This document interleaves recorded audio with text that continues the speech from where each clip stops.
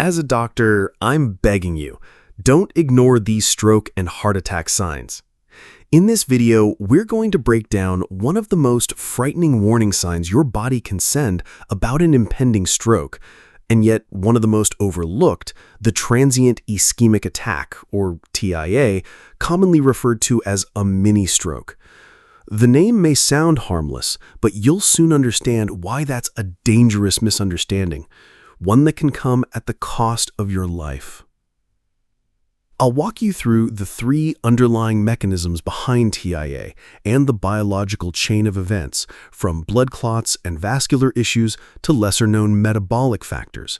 You may be surprised to learn that the true cause of these attacks isn't always high blood pressure, cholesterol, or age.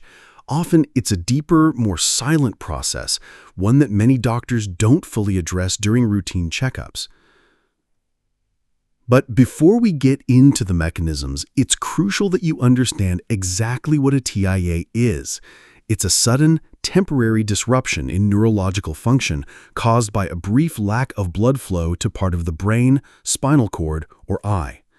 Symptoms can last for a few minutes or hours, then disappear completely within 24 hours. And that's precisely why so many people brush it off, assuming it's just a spell, maybe from fatigue, vertigo, poor sleep posture, or even the weather. That is a serious mistake. Large-scale studies have shown that a TIA is more than just a warning. It's often the clearest and most direct red flag your body can give before a full-blown stroke. Without proper intervention, many people who experience a TIA will suffer a major stroke within 7 to 90 days. So how can you recognize it? The key word is sudden. Sudden weakness or numbness on one side of the body, usually the arm or leg. This is called hemiparesis, and it happens because nerves in the brain cross sides. A disturbance in the left hemisphere affects the right side of the body and vice versa. Sudden slurred speech, trouble pronouncing words or the inability to find the right words. Sudden loss of vision in one or both eyes. Sudden confusion, disorientation in space or time, or failure to recognize people around you. If any of these symptoms come on quickly and aren't accompanied by signs of infection or poisoning, they must be treated as a red alert. To understand why they happen and how to prevent or recover from them, we need to look deeper into the three core mechanisms of TIA. These are three different pathways that all lead to the same dangerous result: reduced blood flow to the brain, loss of consciousness, and ultimately irreversible neurological damage.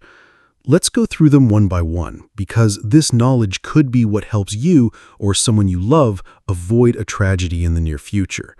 Let's start with the first one, called an embolus. What is an embolus? Imagine you have this plaque in your arteries, made up of cholesterol, calcium, and fibrous tissue. A piece of that plaque breaks off and then blocks a blood vessel somewhere else in your body. That's what will cause a TIA or a stroke. The second mechanism, a thrombus. A thrombus is also a blood clot, but it forms and causes a blockage right in one spot. The most common place for this to happen is in the atrium of the heart. Think of the atrium as a priming pump. A condition called atrial fibrillation, AFib, causes this pump to quiver chaotically instead of contracting firmly. This allows blood to pool and swirl in the corners of the atrium, creating the perfect conditions for a clot to form. When this clot gets big enough, it will either block blood flow right there, or if it gets pushed out of the heart, it becomes an embolus. The third mechanism, an aneurysm.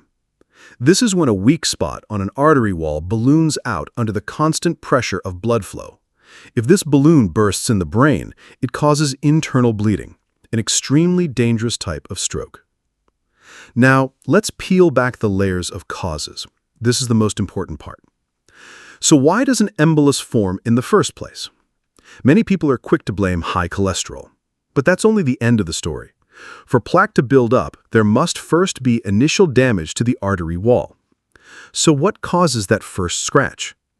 The answer lies in two often overlooked factors: chronic inflammation caused by high insulin and a vitamin C deficiency. When you eat too many processed foods and sugar, your body enters a state of insulin resistance, and your insulin levels are constantly high. This condition not only causes system-wide inflammation, but also depletes vitamin C, a crucial nutrient for repairing and maintaining the flexibility of your blood vessel walls. When the artery walls become inflamed and aren't properly repaired, they become rough and sticky. This is when cholesterol gets a chance to cling to them, followed by calcium and fibrous tissue, gradually building up plaque. So, cholesterol isn't the main culprit, it's just an opportunist, cleaning up a scene already damaged by high insulin and a lack of vitamin C. Next, let's look at a thrombus and atrial fibrillation. What causes the heart's electrical system to become chaotic? Once again, the answer isn't in the heart itself, but in your mineral balance, specifically potassium and magnesium. These two minerals are key to every electrical signal in your body. When you're deficient in them, your heart rhythm can become irregular. And what's the root cause of this deficiency? Insulin resistance. When you're insulin resistant, your cells not only have trouble absorbing sugar, but they also struggle to absorb potassium. It's as if the cell's door has been locked. Even if you eat plenty of potassium-rich vegetables, your body can't use it effectively. Therefore, to stabilize your heart rhythm and prevent atrial fibrillation, you don't just need to supplement with minerals, you have to fix the root problem of insulin resistance. Before we continue, if you're finding this video helpful, please subscribe to our channel. Now for aneurysms. What causes an aneurysm? Picture your artery wall like a high-quality garden hose, both flexible and strong. An aneurysm happens when a spot on that hose wall weakens and starts to bulge out like a balloon. The million-dollar question is, why would an artery wall, designed to withstand pressure for decades, become weak? The answer lies in a two-front attack. 1. High blood pressure. High blood pressure is a destructive force, constantly pushing on that weak spot on the artery wall, causing it to swell larger every day. But it's the source of high blood pressure that we need to dissect. Science has clearly shown that one of the main culprits is insulin resistance. When your body no longer responds effectively to insulin, it doesn't just lead to fat storage and high blood sugar. It also causes your arteries to become stiffer and makes your kidneys retain sodium and water. Stiffer blood vessels plus a higher blood volume equals a perfect formula for high blood pressure. Furthermore, a lack of essential minerals, like potassium, also contributes to this problem, as potassium plays a key role in relaxing blood vessel walls. Now, picture the perfect storm for a disaster.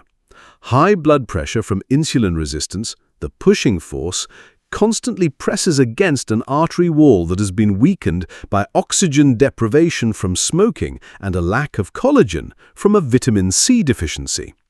This ticking bomb is just a matter of time. And here are the strategic pillars to focus on for prevention and recovery. 1. End insulin resistance. This is priority number 1. By cutting down on processed sugars and starches, and by adopting practices like intermittent fasting, you can resensitize your body to insulin. This not only helps control blood sugar, but is also the most natural and effective way to lower your blood pressure. 2. Replenish essential minerals. Increase your intake of leafy green vegetables, avocados, and nuts to get enough potassium and magnesium. These are the natural electrical engineers that help stabilize your heart rhythm and relax your blood vessels. 3. Ensure you get enough vitamin C from vegetables like bell peppers, broccoli, and from berries. This is the raw material your body needs to produce high-quality collagen. 4. Stop poisoning your body. If you smoke, quitting is non-negotiable. This is the single most powerful step you can take to increase oxygen flow to every cell and stop the destruction of your blood vessels. If the worst has already happened, here is a recovery strategy. If you've unfortunately already experienced a TIA or a stroke, in addition to strictly following your doctor's treatment plan, there are several supportive strategies that I would personally focus on to optimize the brain's ability to recover. 1. DHA. This is a type of omega-3 fatty acid, and it is the primary structural component of your brain. After an injury, providing these high-quality building materials is absolutely critical. Numerous studies have shown that DHA helps reduce inflammation and supports neurological function. I would think of it as premium fuel for the brain's repair crew. 2. Niacinamide, a form of vitamin B3. This vitamin is a precursor to NAD+, a molecule that is essential for energy production in every cell. A brain that is in the process of healing needs a tremendous amount of energy. Supplying niacinamide is like making sure the cell's power plant is running at maximum capacity to fuel the regeneration process. 3. Intermittent fasting and the keto diet. These two approaches can trigger the body's powerful regenerative processes. They promote autophagy, which is the body's natural way of cleaning out damaged cells, and they increase the production of BDNF, brain-derived neurotrophic factor, a protein often called Miracle-Grow for the brain. It helps existing neurons survive and encourages the growth of new neurons and synapses. I know the information we've just discussed can be a lot to take in, but it all comes down to one principle: understand the root cause instead of just treating the symptoms. Be sure to watch our other videos on the early warning signs of a stroke and how to prevent them on our channel.